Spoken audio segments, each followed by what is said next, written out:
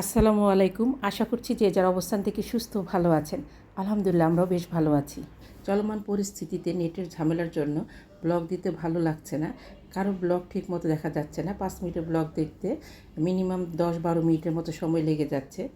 এখানে কিছু testing salt, গরম মশলার গুঁড়া, চিলি ফ্লেক্স, জিরার গুঁড়া, মরিচের গুঁড়া, ধনিয়ার গুঁড়া, হলুদের গুঁড়া এবং লবণ নিয়েছি। সেই সাথে দুটো টমেটোর সুইট চিলি সসটা নিয়েছি। আমি এই রেসিপিতে চিনি ব্যবহার করব না, তাই এই সস দুটো নিয়েছি। এখানে 250 গ্রামের মতো কলিজা, উপরের যে স্কিন থাকে সেটা ফেলে ছোট ছোট করে কেটে নিয়েছি। আজকে মূলত সিঙ্গারার ভিতরের পুরটা কীভাবে তৈরি করতে হয় সেই সঙ্গে সিঙ্গারার রেসিপিটি শেয়ার করব। 1 কেজির মতো আলু কিউব করে কাটা, আর এখানে 4টা পেঁয়াজ, 10-12টা কাঁচামরিচ এবং রসুন কুচি করে কেটে নিয়েছি। আজকে রেসিপিটাতে আমি শুধু সাহায্য করেছি, পুরো রেসিপিটা তৈরি করেছে বাচ্চারা। বিকেলে চার সঙ্গে একটু ঝাল ঝাল কোনো কিছু খেতে ভালো লাগে। এখন তো নিচে যে আনা যাচ্ছে না, তাই বেশ কিছু সিঙ্গারা বানিয়ে ওরা ফ্রোজেন করে রাখলো। পানিতে গরম পানি, লবণ এবং হলুদ দিয়ে প্রায় 7-8 মিনিটের মতো জ্বালিয়ে যে নোংরা পানিটা বের হবে সেটা ফেলে ধুয়ে নিতে হবে।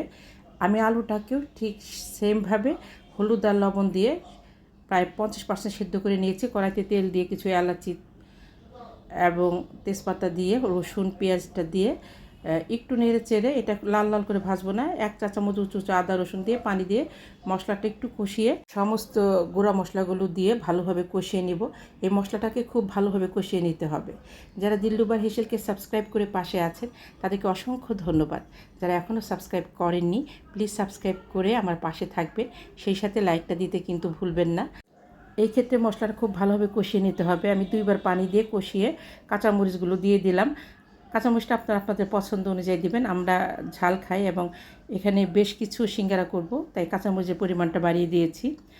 যে কোনো পুরের ভাজিতে তেলের পরিমাণটা কম ব্যবহার করতে হয়। আমি এখানে আলুগুলো দিয়ে এটাকে ঢেকে ঢেকে প্রায় কষিয়ে নেব।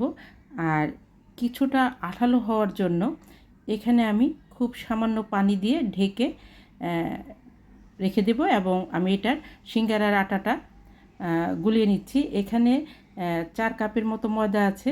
আমি আন্দাজ মতো 4 চা চামচের মতো সাদা সয়াবিন তেলটা নিলাম।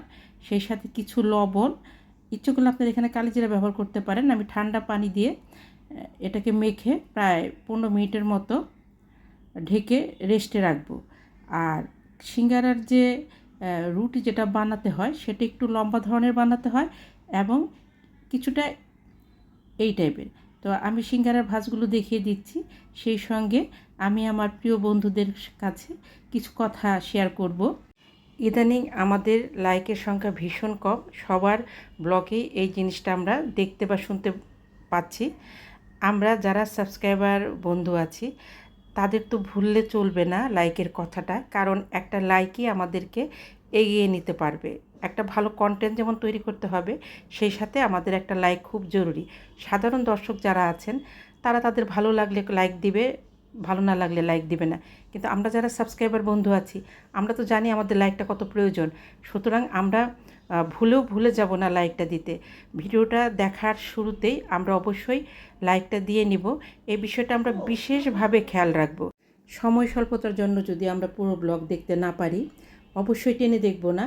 আমার সাবস্ক্রাইবার বন্ধুদের প্রতি বিশেষভাবে অনুরোধ রইল, আমরা প্রত্যেকেই প্রত্যেকের ব্লগ যতটুকু পারি দেখব, কিন্তু কেউ কারো ব্লগ আমরা টেনে দেখব না। আমরা কিন্তু প্রথমে বলি বন্ধু হতে এলাম, তো বন্ধু হয়ে বন্ধুর কোনো অপকার হোক এটা আমরা অবশ্যই চাইব না। যারা আমরা একে অপরকে লাইক দিচ্ছি তাদের প্রতি সম্মান রেখে আমি কথাগুলো বলছি। আমার কথায় যদি কেউ কোনো কষ্ট পেয়ে থাকেন বা আমি যদি কোনো ভুল বলে থাকি আন্তরিকভাবে সরি। আপনারা বিষয়টা ক্ষমাসুন্দর দৃষ্টিতে দেখবেন এবং আমরা ভুলে যেতে পারি লাইক দিতে, এটা আমাদের ভুললে চলবে না। লাইকই আমাদেরকে এগিয়ে নিতে পারে। এইভাবে 3টে সিঙ্গারা ওরা ফ্রোজেন করে রেখেছে। যারা এতক্ষণ যাবত দিলরুবা হেসেলের সাথে থেকে রেসিপিটি দেখেছেন তাদেরকে অসংখ্য ধন্যবাদ। সেই সাথে দেশের বাইরে দূর দূরান্ত থেকে এবং সাধারণ দর্শক যারা প্রতিনিয়ত আমাদের ভিডিও দেখে সুন্দর সুন্দর কমেন্ট করছেন তাদের প্রতি আমি ভীষণভাবে কৃতজ্ঞ। এভাবেই পাশে থাকবেন।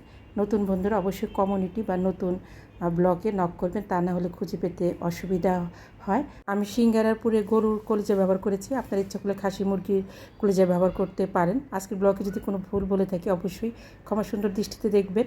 নিজে ভালো থাকবেন, অন্যকে ভালো রাখবেন। আল্লাহ হাফেজ।